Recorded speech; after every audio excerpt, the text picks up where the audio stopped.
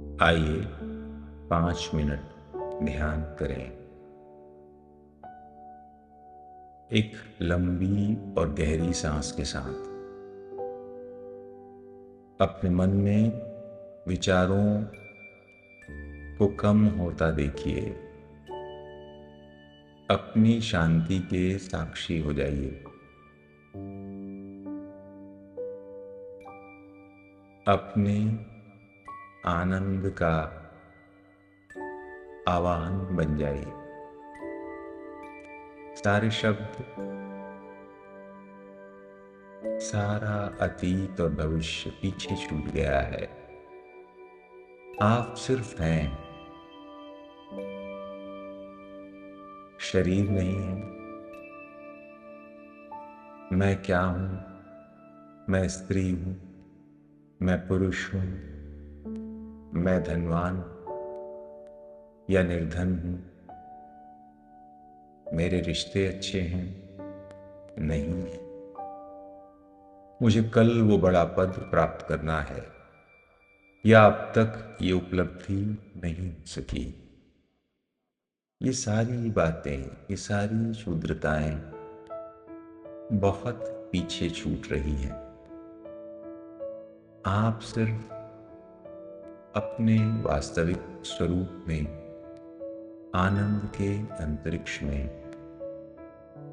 उसी तरह उड़ रहे हैं जैसे जीरो ग्रेविटी में अंतरिक्ष यात्री बिना किसी प्रयास के तैरता रहता है और अनंत दूरी तक अंतरिक्ष की गहन शांति में तैरता चला जाता है। जैसे जैसे विचार कम होते हैं, देखिए तो जरा, शरीर में वैसे वैसे ही ऊर्जा की पुलकन, एक तरह का आनंद धीमा धीमा बहने लगता है। जैसे शरीर पहली बार सुख की धुन गुनगुना रहा होता है। शरीर के हर सेल को जैसे प्रकृति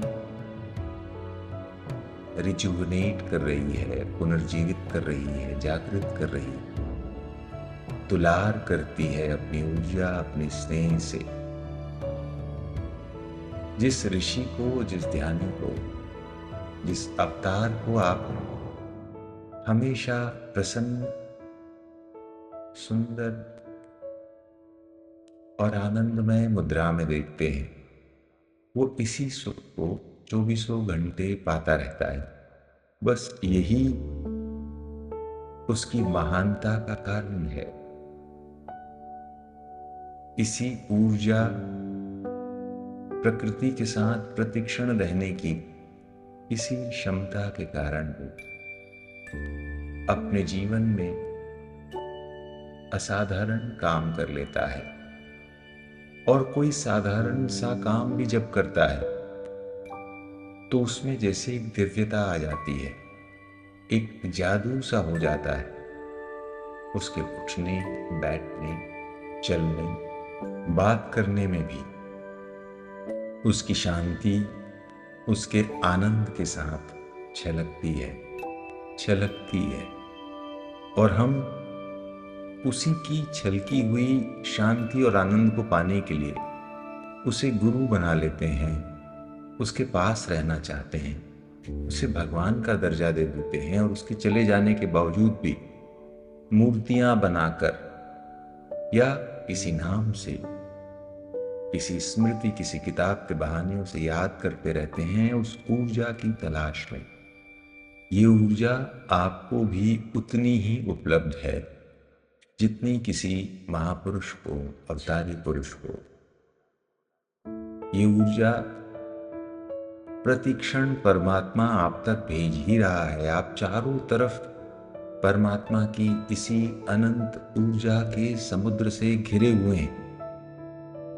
आश्चर्य तो ये है कि मनुष्य कैसे ऊर्जा के इस अनंत सागर में रहकर भी निस्तेज रह सकता है, दुखी रह सकता है।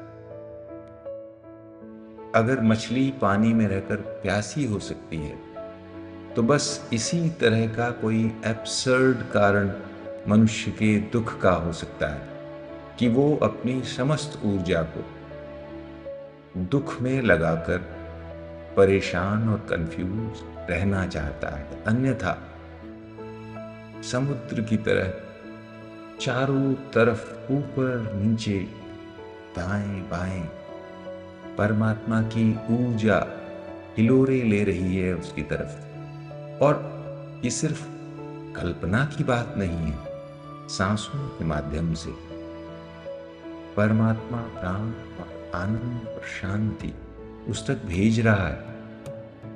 खुद परमात्मा के प्रतिनिधि के रूप में ये ऊर्जा आपके शरीर में आ रही है, तभी आप जीवित हैं। लेकिन संतापग्रस्त, कंफ्यूज आदमी बहुत छोटी सांसें ले रहा है और दिमाग में बहुत सारा विचलन ऑलरेडी है। बीटा आवृत्ति में, फ्रीक्वेंसी की स्टेट में खुद को रखा हुआ परमात्मा की दी हुई ऊर्जा को रिजेक्ट कर रहा है। सांसों के जरिए, विचारों की शून्यता के जरिए जो वो ग्रहण कर सकता है, वो नहीं कर पा रहा है। तो आइए अभी से सरल सिंपल सांसों के प्रयोग के जरिए हम उस ऊर्जा को प्राकृतिकता में बिना किसी खींचतान के अपने शरीर में आने दें। एक बार सांसों के साथ शांत होना आपने सीखा, तो पाएंगे कि शरीर का कण कण अपने आप ही वातावरण से उस ऊर्जा को सोखने और लेने के लिए बना हुआ है, लेने लगता है अपने आप ही। सिर्फ हमें शांत हो जाना है, और ये शांत हो जाना ही ध्यान का मकसद है। एक गहरी सांस को छोड़ते हुए वापस संसार में आए, लेकिन अब आप चाहकर भी वो नहीं हो पाएंगे। जैसे कि इस ध्यान की शुरुआत में जिस स्थिति में मन था, शरीर था, ऊर्जा का जो स्तर 5-6 मिनट पहले था, अब उससे अधिक ऊर्जा, उससे गहरी शांति लेकर आप अपने संसार में, अपने जीवन की यात्रा में लौट रहे हैं। इस ऊर्जा को जितनी देर तक हो सके बनाए रखें अपनी अवेयरनेस के जरिए।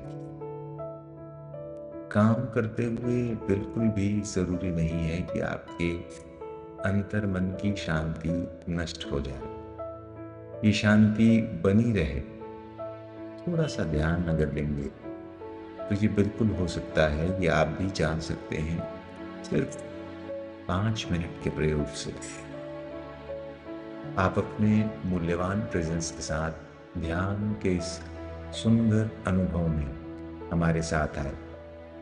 आपका आत्मिक आभार।